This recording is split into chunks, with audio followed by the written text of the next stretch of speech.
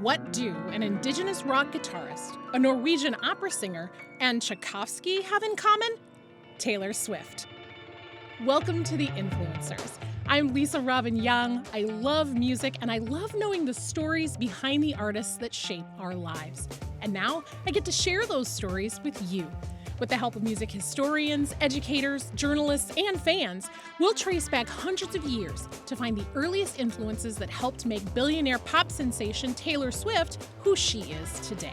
Some will be obvious. And Max Martin and Jack Antonoff are just huge names in pop music production now. But who else will we find along the way? Yes, and Rush, and Emerson, Lake and Palmer.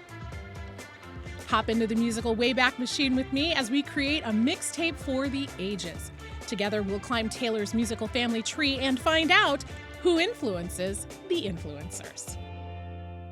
If you ask any die-hard Swiftie, they'll tell you that Taylor's early interest in music came from hearing her grandmother sing in church. Marjorie Finley, Taylor's grandmother on her mother's side, was a coloratura soprano and a celebrated opera singer in Singapore and Thailand.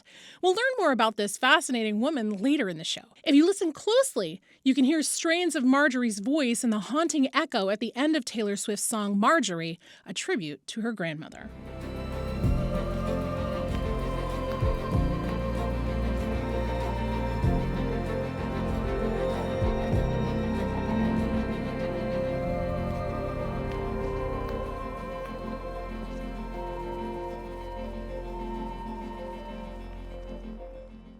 As you'll hear me say in every episode of The Influencers, there's no way we can talk about every musical influence in the time we have. Visit WFIU.org/theinfluencers if you want to see all my receipts, Taylor's tree, research links, playlists, and full-length interviews with our guest experts. I go where my research takes me to find the stories and connections that you might not know even if you're a superfan. The stories that make this tree come to life and give us a bigger view of what happened in the past that made today possible. But maybe you know something I couldn't find. Share it with us on our website and it might end up in a future episode. A singer, songwriter, director, and businesswoman, the first musical artist to become a billionaire primarily through their music, Taylor Swift is one of the world's biggest selling artists of all time, and she's just getting started. For us to get a handle on things, we're going to start with a look at Taylor's early inspirations, then her turn in the country music world, and finally, her newer era of pop. We want to see how young Taylor Allison Swift was inspired to become a musician and parlay that vision into the multimedia empire that she's built in the decades since. During her tour in 2011, Taylor shared with her audience how she got her name. Quote, "I came home one day and my mom was talking to me and she said, 'How are you liking chorus class?' And I said, 'I don't like any of the songs that we're singing in chorus class. There's just one that makes me love it. This song is probably one of the most fantastic, amazing songs I've ever heard in my life. It's called Fire and Rain by a guy named James Taylor. It's really funny that you say that because you're kind of named after him. And that was the first time I ever learned that I'm actually named after James Taylor." End quote. By age 11, Taylor Swift was already knocking on doors on Music Row in Nashville, passing out her demos, cover songs of Dolly Parton and other women of country music, including LeAnn Rimes, who had a similar path to country stardom. Rimes signed a record deal and released her first single, Blue, at age 13. The tune from Bill Mack won Rimes a Grammy for Best Female Country Vocal Performance and gave Mack a Grammy for Best Country Song nearly 40 years after he wrote it.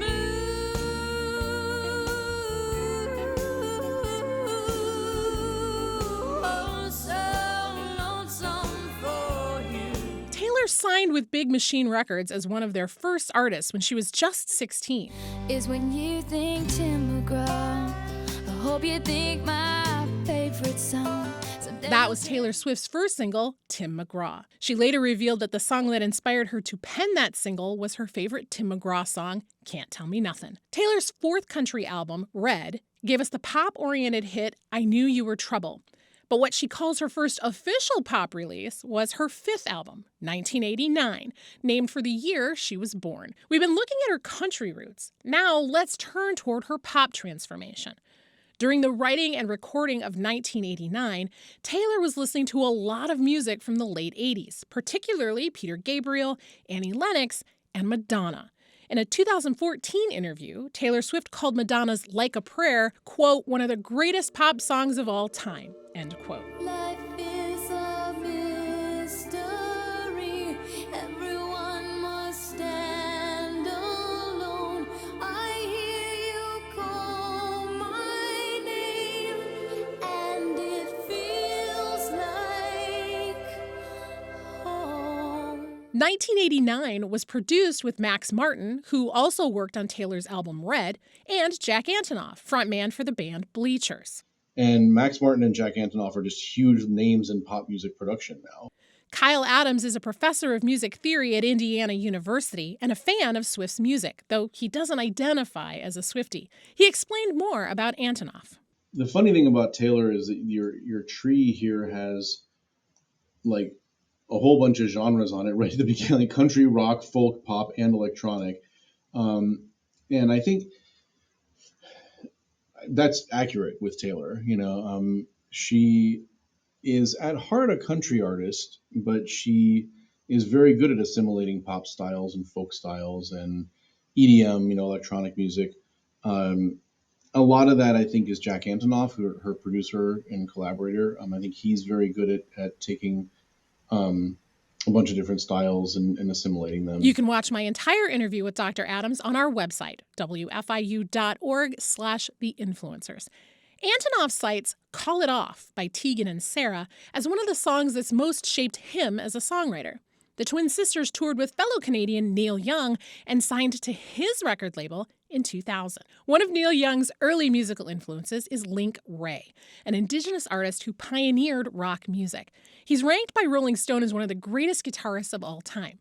The hit that made him famous, or should I say infamous, was the instrumental Rumble, a song that was banned on several stations because they thought it glorified juvenile delinquency. Moving from one infamous artist to another, Taylor Swift left Big Machine in 2018 when her contract expired.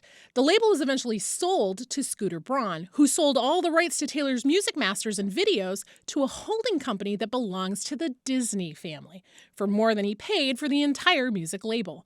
Taylor tried and failed to buy her rights back, so during the pandemic, she began making Taylor's versions of all her old recordings. During this transition, Swift also continued to write and record new music, and her 10th studio album, Midnights, opened up a new world of old school sounds. Again, Dr. Kyle Adams. And then, I don't know if this is Taylor or if it's Jack Antonoff, but on the Midnights album, there's a whole bunch of weird stuff going on there. Like the electronica influence is huge on that album. And so, what was it? She or Antonoff, one of them, uses a Moog synthesizer. And that is a direct callback to like progressive rock of the 1970s. So then we get like influences from like Yes and Rush and Emerson, Lake and Palmer and all these like prog rockers from 40 years prior. Again, anybody hearing a Moog synthesizer is gonna pick up on that immediately. And there's the song, I don't remember which song it is from Midnights. I think it's Midnight Rain. So that's the one that uses the Moog really heavily. Again, I don't know, other than her or Antonoff listening to a lot of that music, I don't know where that influence would have come from. But nobody's used a Moog synthesizer for like 40 years. It's like just disappeared from the pop landscape. So when she comes out with that in Midnights, I'm like, okay, somebody in her studio is listening to 70s progressive rock, and they're like enjoying it and wanting to create that sound. Have a listen to the weird and ruminating Midnight Rain. He wanted it comfortable, I wanted that pain. He wanted a bride, I was making my own name, chasing that fame. He stayed the same, all of me changed like midnight. Taylor's grandmother, Marjorie Finley, was also an opera singer. She also spent nearly 18 months as the host of a variety show in Puerto Rico in the 1960s. But it was at the advice of Edwin MacArthur that she studied music in the first place. Who's this Edwin I speak of? He was the longtime accompanist and occasional musical director for Kirsten Flagstad, a noted Wagnerian soprano who is one of only 2 Norwegians to get a star on the Hollywood Walk of Fame. Figure skater Sonja Henie is the other. Kristen made her U.S. debut at the New York Metropolitan Opera in 1935, but she was performing years before that. Kristen came from a musical family, and it's this branch of the tree that gets us back to Russian composer Tchaikovsky in a very interesting way. Through Kristen's mother, we find a musical ancestor, Desiree Artaud, a Belgian soprano, initially a mezzo-soprano, who found her fame in Germany. She was engaged at one time to Tchaikovsky, and he dedicated Romance in F minor to her.